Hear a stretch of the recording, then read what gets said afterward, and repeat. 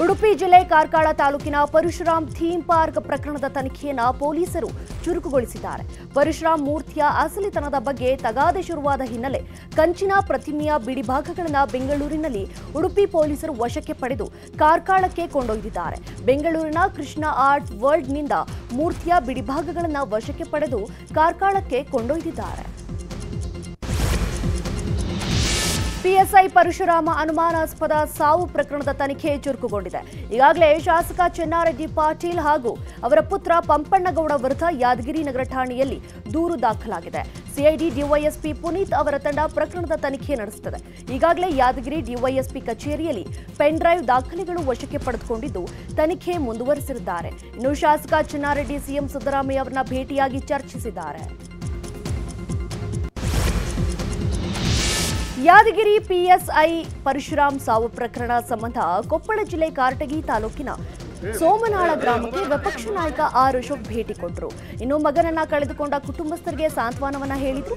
ನಿಮ್ಮ ಜೊತೆ ನಾವಿರ್ತೇವೆ ಅಂತ ಭರವಸೆಯನ್ನ ಕೊಟ್ಟರು. ಭೇಟಿ ಬಳಿಕ ಮಾತನಾಡಿದ ಅಶೋಕ್, ಪರಶುರಾಮ್ ಪತ್ನಿ 9 ತಿಂಗಳ ಗರ್ಭಿಣಿ, ಈಕೆಯನ್ನ ರಸ್ತೆಯಲ್ಲಿ 12 ಗಂಟೆ ಕೂರಿಸಿದ್ದೀರಿ ಅಂತ ಕಿಡಿಕಾರಿದ್ರು.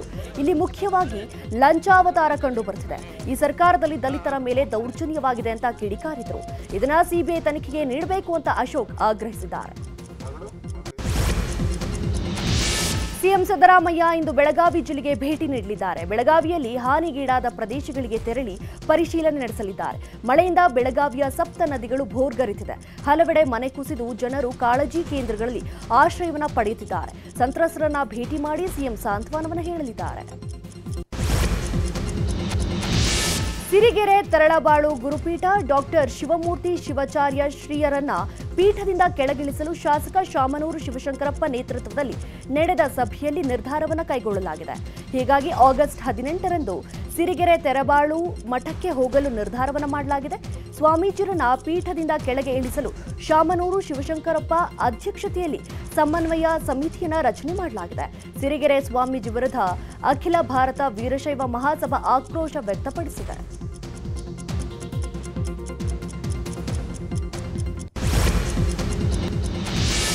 ಬಾಗಲಕೋಟೆಯ ಕಜ್ಜಿಡೋಣಿ ಗ್ರಾಮದ ಯೋಧ ಹನುಮಂತ ಬಸಪ್ಪ ತಳವಾರ ಮೃತಪಟ್ಟಿದ್ದಾರೆ. ಅನಾರೋಗ್ಯದಿಂದ ರಾಜಸ್ಥಾನದ ಜೋಧ್ಪುರ್ನಲ್ಲಿ ಮೃತಪಟ್ಟಿದ್ದಾರೆ.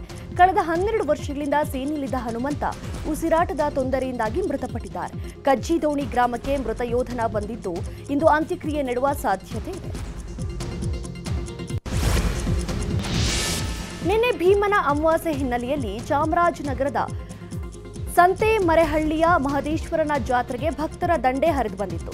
ಭೀಮನ ಅಮಾವಾಸ್ಯೆ ದಿನ ಮಹದೇಶ್ವರನ ದರ್ಶನ ಮಾಡಿದರೆ ಒಳಿತಾಗತ್ತೆಂಬ ಪ್ರತೀತಿ ಹಿನ್ನೆಲೆಯಲ್ಲಿ ಸಹಸ್ರಾರು ಭಕ್ತರು ಕುಟುಂಬ ಸಮೇತರಾಗಿ ಆಗಮಿಸಿ ಮಾದಪ್ಪನ ದರ್ಶನ ಪಡೆದರು.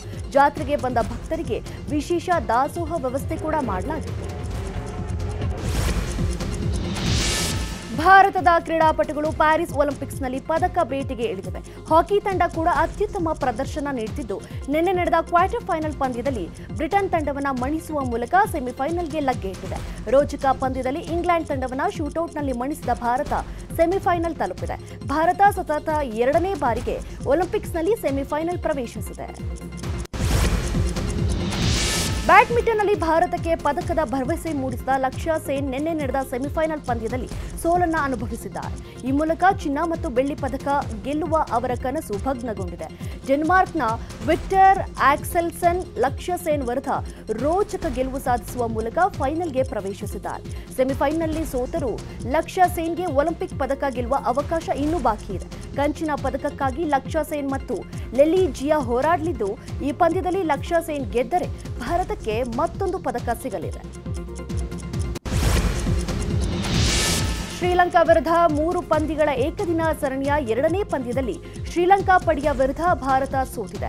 ಟಾಸ್ ಗೆದ್ದು ಮೊದಲು ಬ್ಯಾಟಿಂಗ್ ಆಯ್ದುಕೊಂಡ ಶ್ರೀಲಂಕಾ 50 ಓವರ್ಗಳಲ್ಲಿ 9 ವಿಕೆಟ್ ನಷ್ಟಕ್ಕೆ 240 ರನ್ ಕಲೆ ಹಾಕುವಲ್ಲಿ ಶಕ್ತವಾಯಿತು. ಈ ಗುರಿಯನ್ನ ಬೆನ್ನಟ್ಟಿದ ಟೀಂ ಇಂಡಿಯಾ ಗೆಲುವಿನ ದಡ ಸೇರುವಲ್ಲಿ ವಿಫಲರಾದರು. ಕನ್ನಡಿಗರ ಮೆಚ್ಚಿನ ನಿಮ್ಮ ನ್ಯೂಸ್ 18 ಕನ್ನಡ ಈಗ ವಾಟ್ಸ್ಆಪ್ನಲ್ಲಿಯೂ ಲಭ್ಯ. ಕರ್ನಾಟಕ ಮತ್ತು ದೇಶ ವಿದೇಶದ 360 ಡಿಗ್ರಿ ಸುದ್ದಿ ವಿವರವನ್ನ ನೀವು ನಿಮ್ಮ ಕೈ ಬೆರಳುಗಳಲ್ಲಿಯೇ ಪಡೆಯೋದಿಕ್ಕೆ ಈ QR ಕೋಡ್ ಅನ್ನು ಸ್ಕ್ಯಾನ್ ಮಾಡಿ. ನಮ್ಮ ಚಾನೆಲ್ ಅನ್ನು ಫಾಲೋ ಮಾಡಿ, ನೋಟಿಫಿಕೇಶನ್ ಆನ್ ಮಾಡಿ.